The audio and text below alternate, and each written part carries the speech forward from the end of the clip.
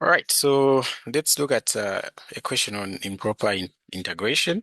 So let's say, what good example can I use? Okay, so what good example can I use? So let me say I have evaluate. Okay, let's say I have evaluate the integral. Let's just say the things that we are using from 0 to infinity of, let's say, e to the power minus x and then dx. Okay, so by the fact that I have infinity there, okay, then we can use improper integration. Okay, so what I'm going to do is that let's write solution here. So the first thing is just to do the normal thing that we know. Okay, we know that the integral of e to the power minus x with respect to x will just simply be what? E to the power minus x, and then we divide this with the derivative of the power, which is minus 1. So we have like minus e to the power minus x, right? So derivative from 0 to infinity of e to the power minus x dx will just be equals to minus e to the power x. But now the limits are 0 to infinity. So the way we were doing it in the other question, we are just saying, okay, let's put this here, and then it will be like a smaller number of a big number goes to 0 and right. But the proper way of showing it using the improper integration is that you're going to say this is equals to, okay. So now you've seen that here I have infinity and a 0 there, right? Okay. So what you always do is that you are going to replace this infinity with a variable of your choice. So let's say y, b, a, or c. Okay. You're going to replace that infinity with a variable. So what you're going to say is that you're going to say this is the limit as the variable that you replace this with. Let's say I replace it with the variable p. So the limit as p goes to this infinity, okay, of what? In brackets I have minus e to the power minus x, and then the limit now here will be 0 to the variable p.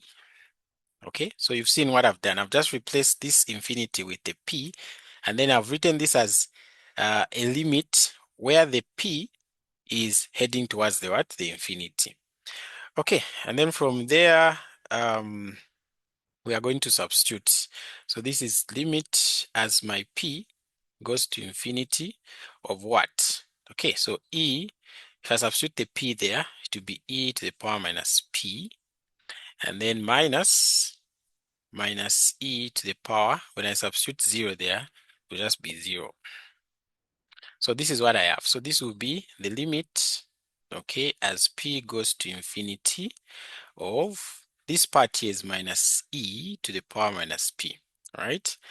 And then this here will be minus and minus. That will be what? That will be positive. And then this e to the power 0 is 1. So that is plus 1.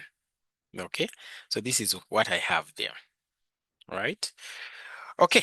And then from here, what am I going to do? So this will just be equals to the limit as p goes to infinity of what? So inside the bracket here, I can use the negative power rule on this. So that is the same as the minus 1 over e to the power positive p. This part, right? We agree. And then plus 1. Okay, and then once I do that, now I can substitute in the infinity there. So the idea is that as this p draws closer and closer to the infinity, this part will just becoming what? 0.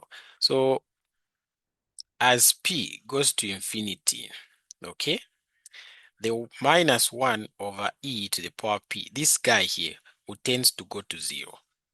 So this part here tends to go to 0. So what we have now will just be this. Okay, so this part will tend to go to 0. So I have 0. And then plus, this will just remain as a 1. So that is 1. So the answer there is just what? 1. So when I integrate this and then I substitute the limit 0 to infinity, the answer is just 1. So if you want to use the proper way of integration, you have to show it like this. Okay, but in probability, we don't always have the time. No wonder I just said the shortcut for us is just to say, okay, this infinity substitute there. I have minus e to the power minus infinity minus e, and then this zero substitute there, I have zero, something like this. And then this part becomes minus 1 over e to the power infinity. This is plus 1. And then I was saying this now, I have a very small number being divided by a very big number. So this will tend to go to 0. And then the answer there will still be 1. So now you see that this is shorter here. No wonder we prefer it in the if we are dealing with the probability. Okay, but if you are in calculus, then you have to show the proper way using the limits like that.